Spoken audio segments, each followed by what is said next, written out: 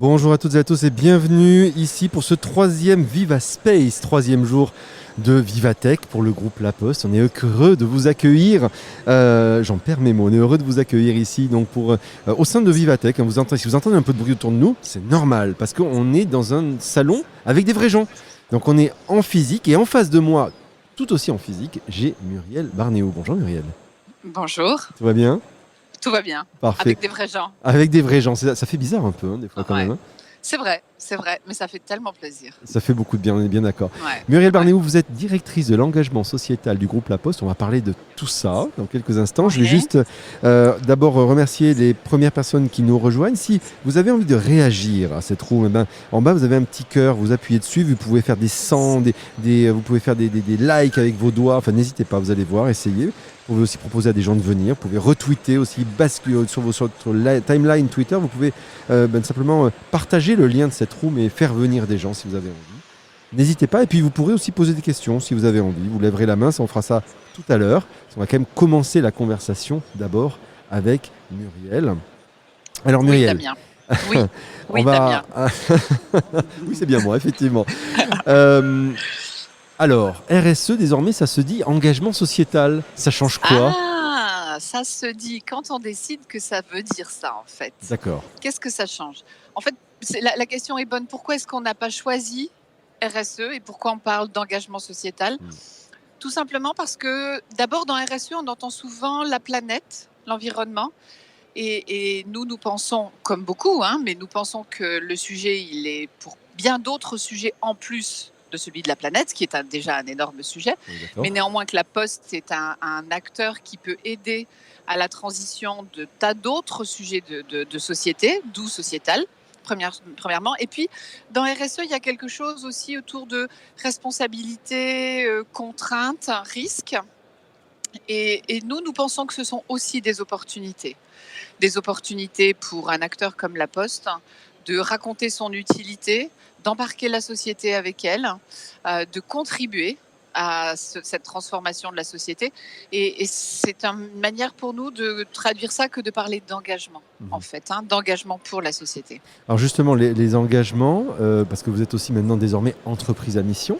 Oui. Alors peut-être réexpliquer ce que ça veut dire entreprise à mission. Parce qu'on en a entendu parler, c'est dans le cadre d'une loi qui s'appelle la loi Pacte. Mais peut-être expliquer ce que ça veut dire et surtout qu'est-ce que ça engage pour les entreprises. Oui, 3 grandes marches qui sont des marches successives qu'on franchit lorsqu'on entre dans ce chemin-là. D'abord, on a une politique RSE. C'est le cas de la plupart des entreprises aujourd'hui.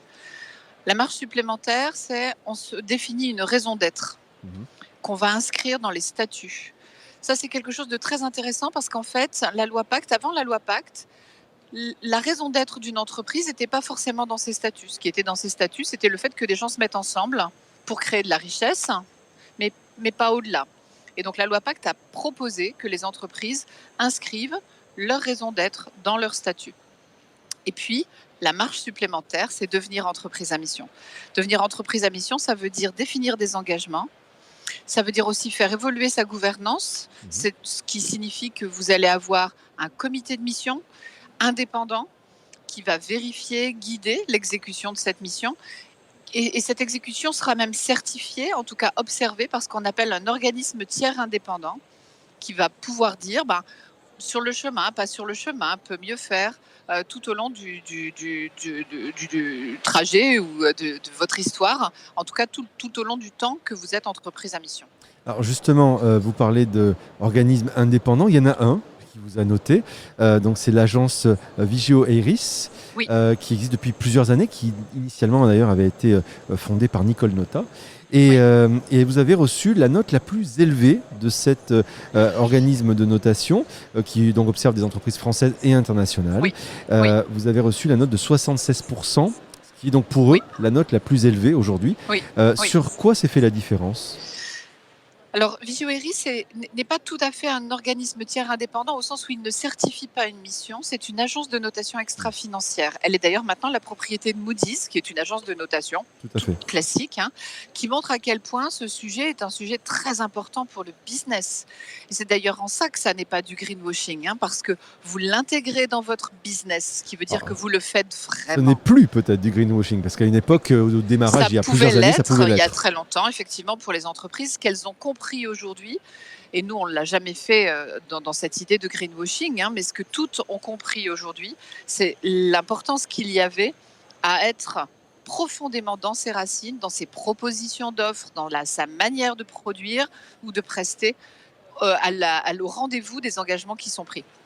Donc je reviens, oui effectivement, qu'est-ce qui a fait la différence dans notre notation fantastique de Vigeo Eiris, qui est une notation qui varie tout le temps. Il Oui, faut bien savoir sûr. que ce sont des choses qui évoluent quasiment minute par minute. D'abord notre politique environnementale, qui est juste outstanding, comme il le dirait, remarquable. Ce que l'on fait pour la planète en matière de gaz à effet de serre, peut-être qu'on y reviendra ensemble tous Oui. les deux. Notre politique sociale, qui est elle aussi quelque chose de hors du commun dans le concert des entreprises aujourd'hui, toutes entreprises confondues. Ce que l'on fait en matière d'intégration, notamment ce que l'on fait en matière de formation. Peut-être que certains d'entre nous connaissent ça ou ont eu l'occasion d'entendre la Poste sur ce sujet. Oui, Et le par troisième exemple, sujet, si vous me permettez, sur le le handicap, handicap, je crois qu'il y bien a sûr. 7% Oui, de tout vos à fait. On est le salariés. premier handi-employeur aujourd'hui de France, avec 14 000 personnes en situation de handicap qui travaillent chez nous, effectivement, bien au-delà du quota, du minimum légal. C'est quoi effectivement le minimum légal ? Il doit être à 6,7 ou 6,4 et nous D'accord. sommes à 7%. Sur 240 000 personnes, vous imaginez, monde entier, que évidemment c'est quelque chose qui n'est pas négligeable. Et puis, troisième grand sujet de différenciation, et où en tout cas on a marqué la différence, c'est ce qui s'appelle Communities dans le ranking de Vigeo Eiris, qui est au fond la relation à l'écosystème, la manière de faire des partenariats et d'être dans un mode opératoire open, je dirais, en capacité de travailler avec des startups, en capacité de travailler avec des acteurs de l'économie sociale et solidaire, des choses pas nécessairement dans le scope classique et facile d'ailleurs pour une grande entreprise. Ce souci des territoires qui est aussi quelque chose qui nous caractérise. Voilà ce qui a fait la différence. Alors, on va rentrer un peu plus dans le sujet de votre programme aujourd'hui et de vos engagements sociétaux, puisqu'il y a plusieurs volets dans cela. On en a effleuré quelques-uns, par exemple avec les travailleurs handicapés, mais il n'y a pas que ça. En termes d'inclusion, il y a plein d'autres choses et on va regarder ça. Pour ceux qui nous rejoignent maintenant, bonjour, bienvenue. C'est le Viva Space du groupe La Poste, troisième jour aujourd'hui à Vivatech. C'est le dernier, puisque un troisième jour, donc logiquement on finit aujourd'hui. Même s'il reste demain une journée pour Vivatech plutôt grand public. Nous accueillons Muriel Barnéo, qui est directrice de l'engagement sociétal du groupe La Poste, qui nous parle justement de son témoignage, de ce que c'est l'engagement sociétal d'un groupe. Et puis, vous qui êtes là, n'hésitez surtout pas à lever la main si vous avez des questions à poser. Et puis, vous le voyez en haut, c'est l'intérêt de Twitter Spaces. Vous avez des tweets qui apparaissent au fil de l'eau et qui viennent souligner ou illustrer ce dont nous parle Muriel. Donc les grands chantiers, vous avez plusieurs grands chantiers, vous l'avez dit, vous avez parlé d'un tout premier qui d'ailleurs est très lié à l'ADN de la Poste, entreprise pluricentenaire, c'est la cohésion des territoires. Et c'est le développement de ces territoires. Comment vous adressez cette notion en tant qu'engagement sociétal, cette notion de cohésion des territoires, sachant que c'est vrai, on a l'habitude de voir des bureaux de poste un peu partout. Les choses évoluent aussi, des bureaux ferment, d'autres ouvrent ailleurs, des nouveaux modes de distribution apparaissent. Comment ça s'intègre dans votre stratégie ? Ça s'intègre en fait en étant vivant. C'est la chose, je pense, la plus importante pour nous. Vivant, ça veut dire, comme vous le disiez, que nous avons été capables de nous adapter à ce qu'étaient ces besoins de territoire et ce qui était aussi, bien sûr, notre propre capacité à nous interfacer avec eux. Il y a quelques années, il y a de ça, comme vous l'avez dit, parfois 100 ans, un bureau, c'était un seul format, où que vous soyez, en Paris centre-ville ou au fin fond des Hautes-Alpes, dans un petit village. Aujourd'hui, nous avons été en capacité d'avoir plus de 20 formats de présence différents, notamment avec des formats ouverts. Je vous parlais des partenariats tout à l'heure, des formats ouverts avec des acteurs du territoire. On a en Bourgogne, pour citer un exemple, quelque chose qui s'appelle Comptoir de campagne. Comptoir de campagne, en fait, c'est une initiative qui vise à revitaliser les centres-bourgs dans les petits villages qui sont un petit peu, on va dire, désertés. Eh bien, nous avons trouvé intéressant de mutualiser notre activité avec celle de Comptoir de campagne qui fait épicerie, qui fait point pain, dépôt de pain, qui fait coiffeur, donc c'est de la etc. multi-activité, oui. Exactement, qui offre un service qui a strictement rien à voir avec nos clients, parce que vous imaginez que l'amplitude horaire, c'est quelque chose d'extraordinaire par rapport à une demi-heure d'un bureau de poste pour une journée, voire même pour une semaine, et qui est très satisfaisante et pour l'activité économique de ce comptoir de campagne et pour l'activité économique du territoire. Mhm. Ça, c'est typiquement un sujet très porteur pour nous, que cette capacité à faire lien avec le territoire et à s'adapter à ses besoins. Vous avez évidemment, vous parliez des bureaux de poste, mais vous avez nos facteurs. Nous Oui. sommes l'entreprise, une des entreprises les plus capillaires, si ce n'est la plus capillaire, la plus présente dans les territoires. Et on a veillé et on veille à ce que nos facteurs soient aussi porteurs de bouquets d'offres et de services les plus larges possibles, De puisque là, bouquets, j'ai pensé, je les voyais avec des fleurs, mais non, pardon. non, pas des fleurs, non, effectivement, pas des fleurs, Mais par contre, non, en bouquet, vous disiez des bouquets de mais des bouquets de service. services du type, par exemple, la veillée sur mes parents, qui est la visite des parents, par exemple des diagues énergétiques. Mhm. Et ils sont encore plus forts dans cette présence territoriale du fait qu'ils vont chez les gens et que les gens leur ouvrent leurs portes. Et nous avons encore toute une batterie d'offres diverses et variées et de services divers et variés. L'aide à la déclaration d'impôts, l'inclusion numérique, qui est une chose qui peut être portée et va être portée par nos facteurs. Justement, l'inclusion numérique, tiens, on va en parler, Mm. puisque ça fait partie des différents axes. Cette inclusion numérique, où on parle aussi d'électronisme, autrement dit, je crois, 12 à 15 millions de gens qui... 13, 13 pardon, millions voilà, de Français. j'étais entre les deux.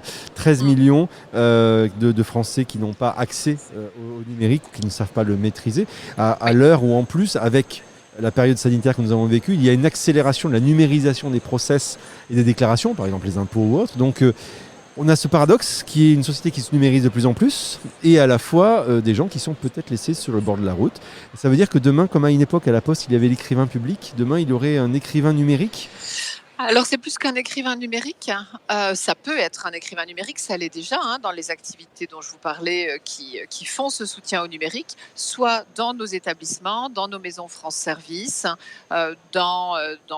des bureaux de poste, par exemple en quartier prioritaire de la ville, où nous sommes capables de soutenir et d'aider avec des médiateurs sociaux les personnes qui sont en difficulté pour faire un certain nombre d'opérations. On parle de 80 000 personnes que l'on accueille comme ça. Mhm.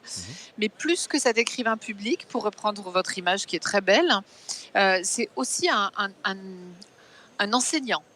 Parce que, au fond, ce qui est fondamental pour nous, c'est que ces Français apprennent à s'en servir. Mhm. Que fondamentalement, ils soient autonomes et capables d'utiliser le numérique.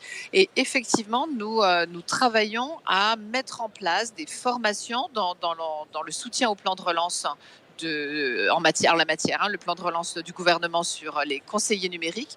Nous travaillons à mobiliser nos réseaux de manière à pouvoir venir former des gens ou offrir des formations aux personnes. On en a comme ça détecté un certain nombre, plus de 80 000 d'ores et déjà aujourd'hui, qui peuvent bénéficier de ces formations gratuites. Oui, absolument. Alors il y a un autre élément, pendant notamment donc, la période de confinement, il y avait toute une question autour de devoirs à la maison. C'est-à-dire, Ah oui, alors ça, oui. c'est une jolie histoire, peut-être vous pouvez nous Ouais. préciser un tout petit peu Oui. et qui n'est pas forcément connu. Donc, Non, elle n'est pas forcément connue parce qu'en général, quand on parle d'inclusion numérique, on imagine des seniors plus plus. Je fais toujours attention, je dis senior plus plus, comme ça évite de froisser qui que ce soit. comme En disait, tout cas, dans ces cas-là, on prend une formule anglaise, donc on dit Silver Age, comme ça, hop, ça passe. Voilà, hop, ça passe, voilà.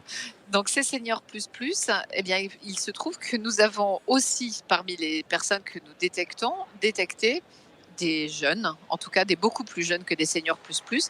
Et oui, pendant le confinement, pour des élèves qui n'arrivaient pas à se connecter pour X raisons à leurs cours ou à leurs profs, nous avons proposé un système où les profs postaient les cours et les devoirs sur un serveur. Nous imprimions, nous acheminions, on faisait les derniers mètres en fait.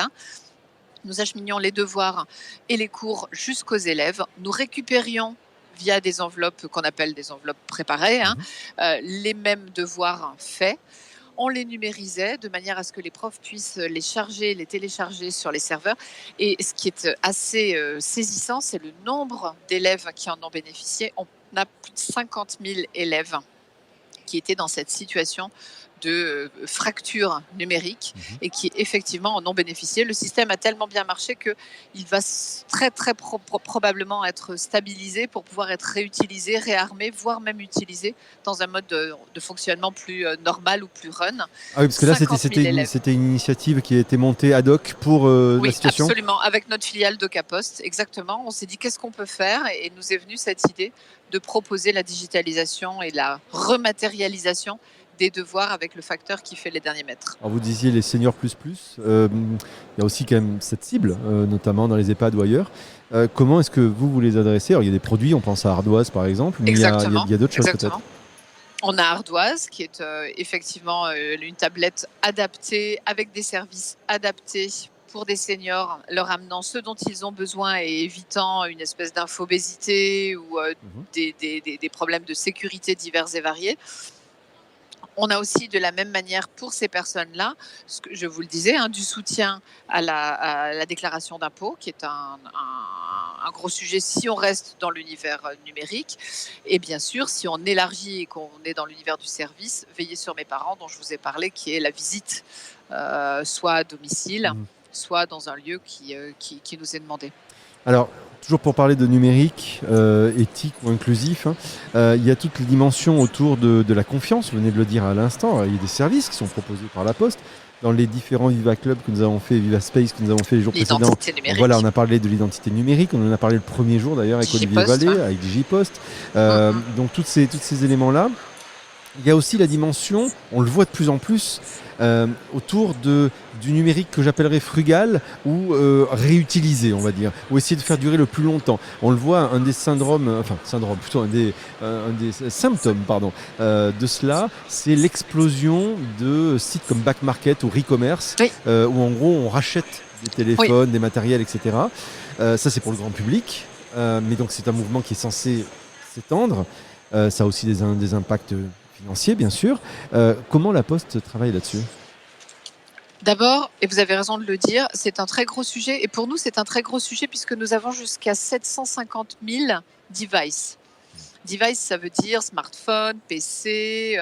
Pourquoi? Parce que tous nos facteurs sont équipés de smartphones, parce que tous nos chargés de clientèle sont équipés de tablettes, parce que nous utilisons nous-mêmes ces outils-là pour fonctionner tous les jours.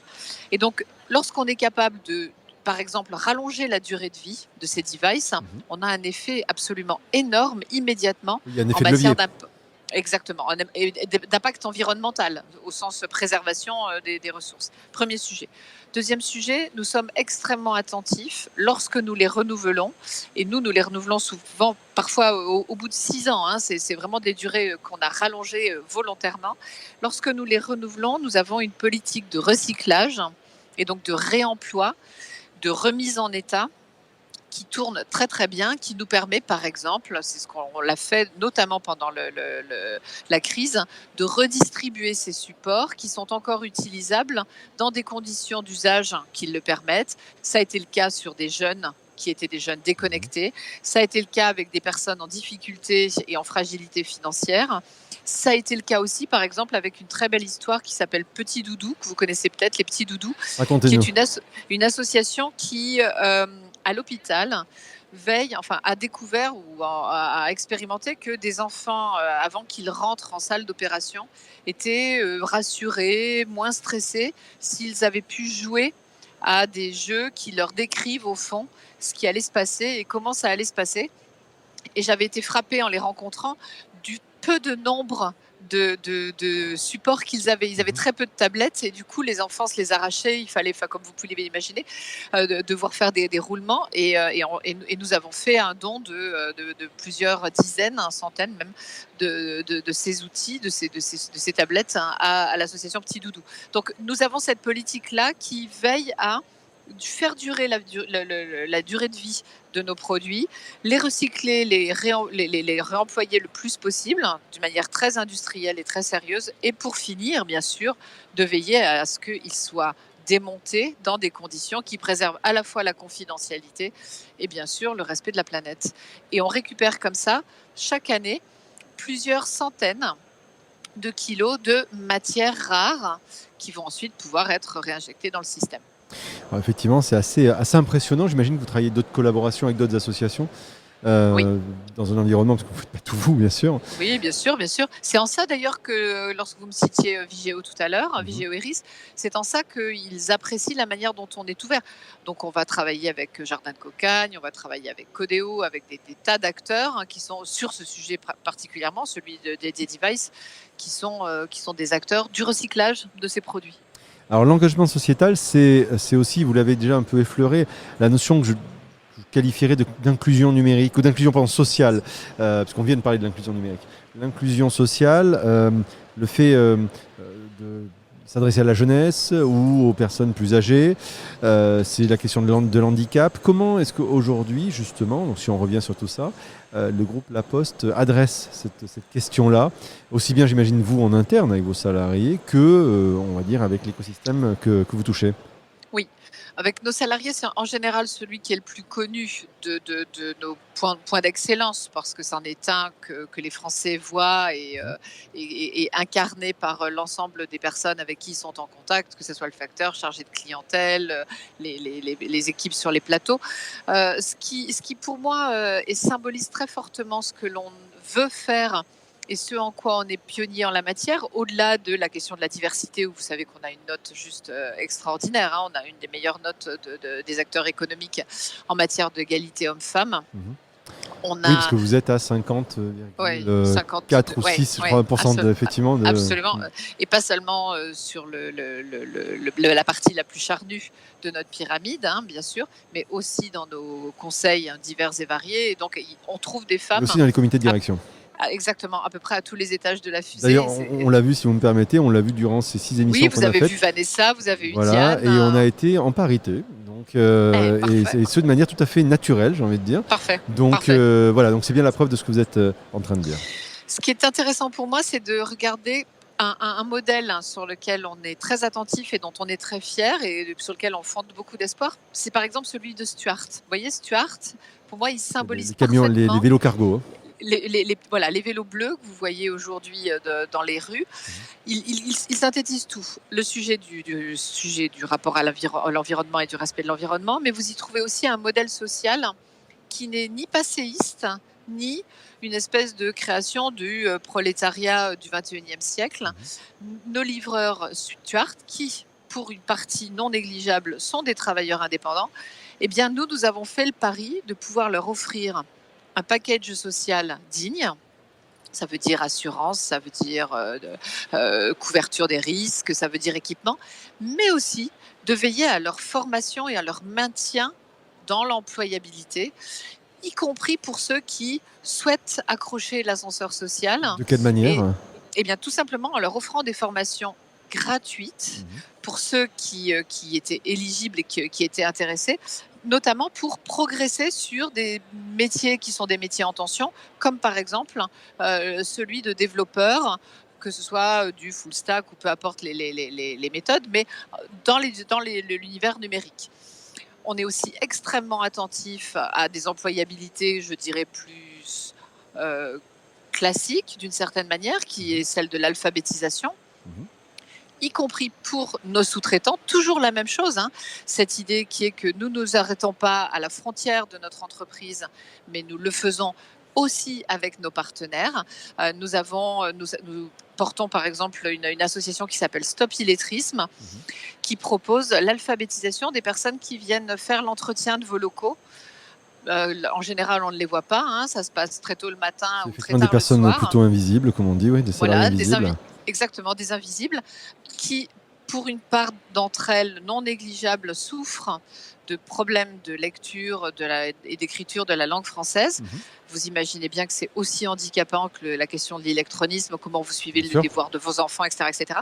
Et en fait, nous soutenons cette association qui permet à nos collaborateurs de donner des cours d'alphabétisation à ces personnes sur des horaires pendant lesquelles elles vont être payées par l'association Stop Illettrisme. Donc ça, c'est aussi pour moi, vous voyez, des symboles très forts de comment on se préoccupe du volet social, non seulement pour nos propres collaborateurs, mais aussi pour les collaborateurs de nos sous-traitants, partenaires, prestataires. On aurait pu aussi citer, j'imagine, le service, on va dire, minimum que la banque postale euh, Bien sûr, bien apporte sûr, aux gens qui n'ont pas forcément accès bien à sûr, un bien compte sûr. bancaire. Oui, Euh, ça c'est c'est une obligation que vous avez. même exactement, c'est une mission de service Voilà. public qu'on embrasse avec plaisir, qui est celle de l'accessibilité bancaire, celle qui effectivement permet à tout le monde, quel que soit son revenu, quelle que soit son origine, quel que soit son scoring, comme on dirait dans le monde bancaire, Mhm. d'accéder à un moyen de paiement. Et avoir un moyen de paiement aujourd'hui, c'est pouvoir vivre une vie économique. Si vous n'avez pas de moyen de paiement, vous avez beaucoup de mal à vous interfacer avec la vie économique de tous les jours. Alors, ça, c'était les grands piliers, on va dire. Puis il y en a un dernier, j'imagine, c'est l'écologie, puisque ça fait partie de l'histoire. Ça fait partie de cette fameuse notation dont on parlait il y a quelques instants, et puis même plus globalement de l'engagement aujourd'hui que beaucoup d'entreprises ont. Alors, ça veut dire beaucoup de choses. L'écologie, transition écologique, on entend les mots d'impact, d'essayer de faire changer les choses, etc. Alors, moi, de ce que j'en savais du groupe La Poste, de ce que beaucoup de gens voient à l'extérieur, c'est vos camionnettes qui sont électriques depuis bien longtemps.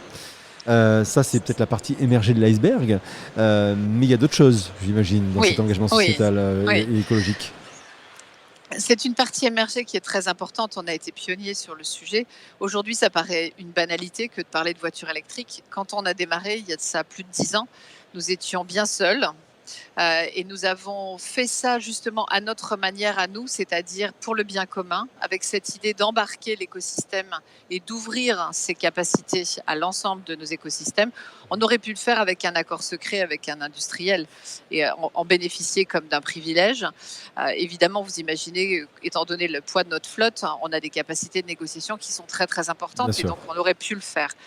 Mais c'est pas comme ça qu'on a pris les choses. Nous, on a décidé de se fédérer et d'ouvrir la démarche à toutes les entreprises qui cherchaient à ce moment-là à décarboner leur flotte, de manière à faire masse, de manière à permettre le plus largement possible que l'écosystème démarre et s'adosse à ce groupement de commandes qui a abouti à ce qu'aujourd'hui, effectivement, on a quasiment 20% de notre flotte qui est, si on prend nos 2 et nos 3 roues, qui est sans émission du tout, c'est-à-dire que complètement décarboné électrique. C'est-à-dire qu'à l'époque, vous vous êtes associé à d'autres entreprises pour. Où nous avons créé un groupement D'accord. d'achat avec une vingtaine d'entreprises, certaines concurrentes entre elles, du bâtiment, de l'énergie, pour effectivement acheter ensemble des voitures électriques et faire démarrer le marché de la voiture électrique. Alors maintenant que Oui. le marché de la voiture électrique, de la camionnette électrique Mmh. est en train de se développer à vitesse grand V, j'imagine que vous allez continuer Quel en est ce sens. bien sûr, bien sûr, bien sûr. En même temps, il a moins besoin de nous. Et on est là Ouais. dans notre, au sens où il a bien démarré. Oui, donc C'est pour ça. on va dire Voilà. le lancement a été fait et Exactement, maintenant que exactement. Donc on part sur, on anime quelque chose, ou on a en projet d'animer quelque chose autour du vélo cargo, autour de la cyclo-logistique, qui est un superbe sujet, là aussi un très beau sujet, parce que l'explosion des volumes, et notamment l'explosion des volumes colis autour du e-commerce et des changements de mode de consommation de la société, pose la question de comment on fait pour irriguer les villes dans des conditions qui soient des conditions tout simplement vivables pour les gens. 40 000 morts prématurées en Europe, en France, pardon, du fait d'une mauvaise qualité de l'air. Et là, on ne parle pas de GES, on parle de polluants.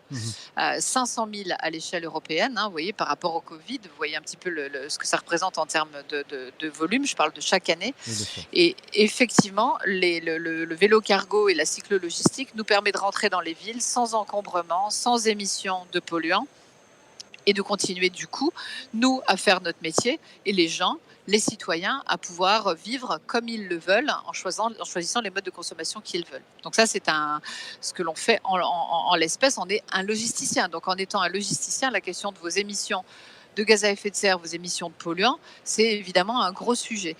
Et puis pour poursuivre sur ce que nous faisons, nous veillons à utiliser une énergie qui soit 100% énergie renouvelable. Donc toute notre électricité, y compris celle qui est dans les batteries de nos voitures électriques, est d'origine renouvelable. Donc pas de sujet autour de problèmes d'électricité thermique, ou pas de sujet autour de problèmes d'électricité nucléaire. Nous, elle est totalement d'origine renouvelable.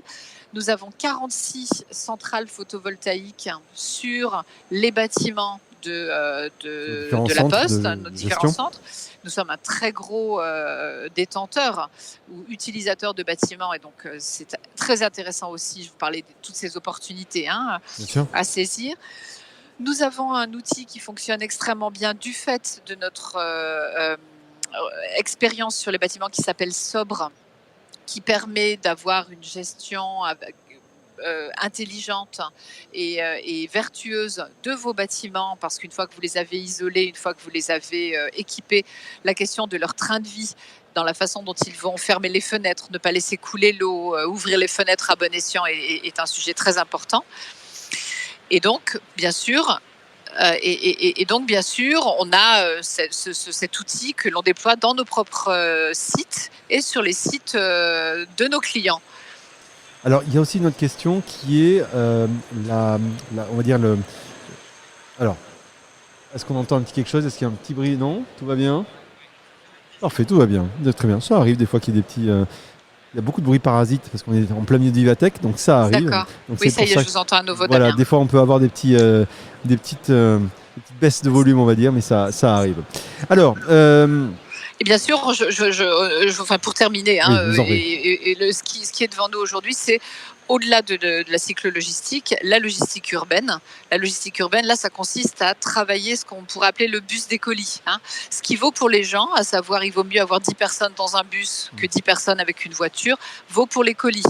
Et les marchandises en général. La logistique urbaine, c'est un dispositif que l'on déploie en ce moment. 22 métropoles françaises en sont équipées et qu'on déploie au niveau européen avec l'ensemble de nos filiales, dont Géopost DPD, qui permet d'organiser ce transport de marchandises en ville, c'est-à-dire de mutualiser ces flux de manière à ce qu'un seul véhicule rentre avec le maximum de marchandises à livrer et le maximum de marchandises à récupérer pour les extraire de la ville. Donc c'est effectivement, on va dire, une logistique améliorée pour essayer d'être le plus efficace possible, surtout vertueuse, vertueuse. frugale. Effectivement, on en parlait récemment dans un autre Viva Space, toute la problématique aussi que dans les villes sont de moins en moins enclines à accueillir des véhicules de transport et de livraison, alors qu'il y a une explosion du nombre de livraisons de colis. J'ai une question Muriel, sur les aspects. Alors vous parliez de décarboner, vous parliez de tout ce que vous faisiez, mais on parle de numérique, et aujourd'hui, vous êtes vous-même un acteur, enfin vous, le groupe La Poste, un acteur du cloud. Donc vous avez des présences des data centers un peu partout. Or, on voit de plus en plus des questionnements sur justement l'impact de ces machines. Concrètement, un data center, c'est quoi? C'est des ordinateurs en ringuette qui tournent 24/24. Donc ça consomme de l'électricité, ça dégage du CO2. Comment est-ce que vous, aujourd'hui, en tant qu'acteur du cloud, vous adressez cette question? Lorsque vous travaillez la question de votre empreinte environnementale, la première des choses, c'est d'être capable de mesurer. Il ne peut rien se passer si vous ne mesurez pas. Et c'est la première brique dans laquelle on est lorsqu'il s'agit du numérique. Nous, l'ensemble du groupe, nous mesurons l'ensemble de nos émissions. Et non seulement de nos propres émissions, mais y compris les émissions de nos sous-traitants. Par exemple, c'est le cas dans l'univers du transport, où nous allons intégrer dans notre mesure, dans nos calculs, les émissions de nos sous-traitants. Une fois que vous avez mesuré, vous devez réduire. Réduire, ça veut dire que vous allez travailler à des process qui vont vous rendre moins émissifs. On a parlé des voitures électriques, on a parlé de l'énergie d'origine renouvelable que nous utilisons.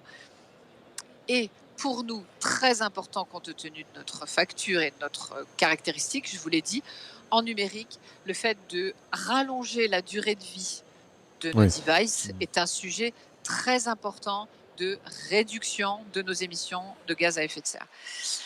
Et puis enfin, si vous le souhaitez, une fois que vous avez fait ces réductions, vous pouvez compenser l'intégralité de vos émissions résiduelles. Compenser, ça veut dire que vous allez aller chercher sur la planète des projets qui vont soit économiser, soit capter l'équivalent des émissions résiduelles que vous avez envoyées dans l'atmosphère. Ce que nous faisons aussi, ce qui nous permet de dire aujourd'hui que nous sommes totalement neutre carbone, c'est-à-dire 100% carbone neutre, neutralité carbone, parce que nous compensons l'intégralité des émissions résiduelles que nous produisons une fois que nous avons passé nos programmes de réduction. Quand il s'agit du numérique, pour venir à votre question, Damien, c'est évidemment quelque chose qui est encore en devenir. Les émissions du numérique de la Poste sont incluses dans ce chiffrage et dans cette compensation. les grands programmes de réduction d'impact, qui sont ceux dont vous parlez, on commence à les observer et on est assez bien placé dans cet univers-là, dans la manière de penser nos architectures, la manière d'éco-développer, c'est-à-dire la capacité que l'on va avoir à mesurer l'impact que va avoir une application dans sa manière de fonctionner. On le fait en ce moment, je ne peux pas citer les applications, pardon, mais parce qu'elles ne sont pas encore sur le marché, mais on l'applique sur nos propres applications. Mhm. On le fait aussi en faisant ce qu'on appelle des analyses du cycle de vie. Ça, c'est ce que vous faites une fois qu'une application a été lancée. L'analyse du cycle de vie, ça consiste à dire, compte tenu de qui l'utilise, comment on l'utilise, de la manière dont on l'utilise, et bien sûr, compte tenu de la façon dont elle a été conçue, voilà ce qu'est son impact environnemental. Voilà où sont les maillons les plus importants, en fait, à aller travailler.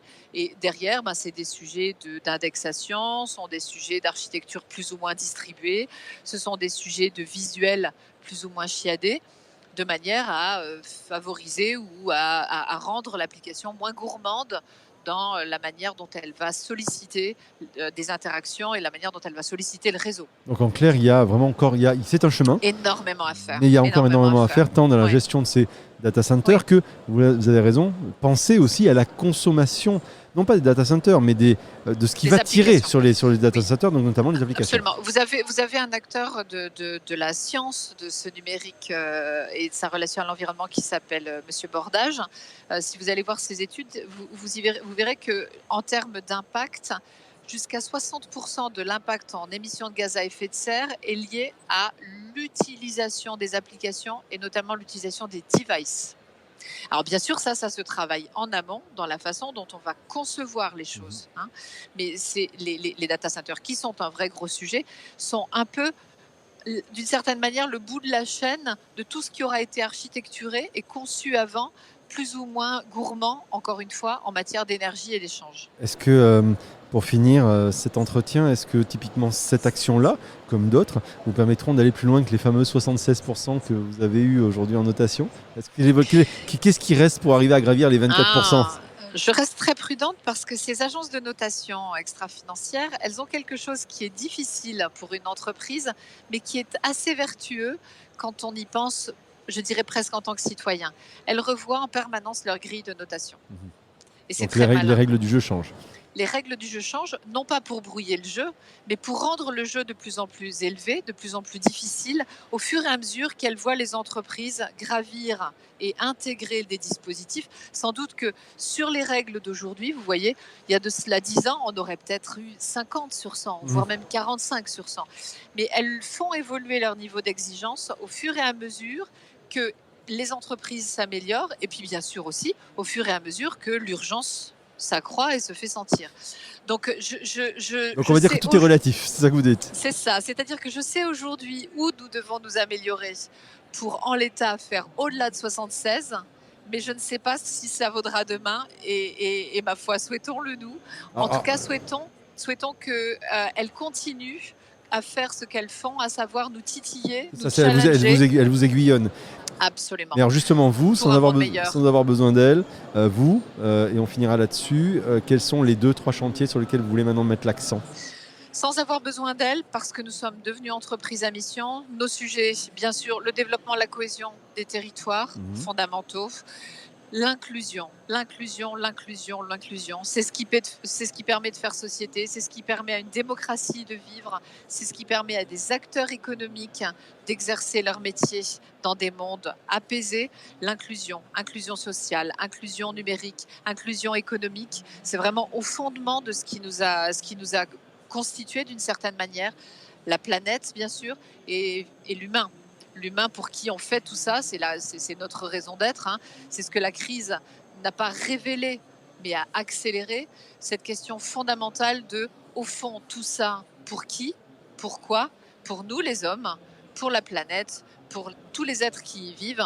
Et c'est ça que nous avons devant nous. Je crois fondamentalement à l'ambition qu'ont nos jeunes, que je trouve sur ce sujet-là très mobilisés, intelligemment mobilisés, même s'ils nous titillent, même s'ils nous challengent. Et je souhaite qu'ils continuent à le faire autant qu'ils le font aujourd'hui en tant que futurs salariés, en tant que futurs investisseurs, futurs clients. C'est comme ça que nous donnerons du sens et que nous vivrons ce dont nous héritons pour le leur transmettre. Et justement, il y a des startups qui sont présentes ici à Vivatech et notamment sur le stand de la Poste qui justement aujourd'hui on le constate, c'est un peu une tendance ici, toutes ces notions d'impact, de prise de conscience environnementale, c'est quelque chose que l'on voit énormément apparaître. Merci beaucoup. Plaisir. Merci à Muriel vous, Damien. Barneau, pour tous ces éléments que vous nous avez racontés, qui nous permettent maintenant de bien comprendre ce que c'est que l'engagement sociétal d'une société comme le groupe La Poste.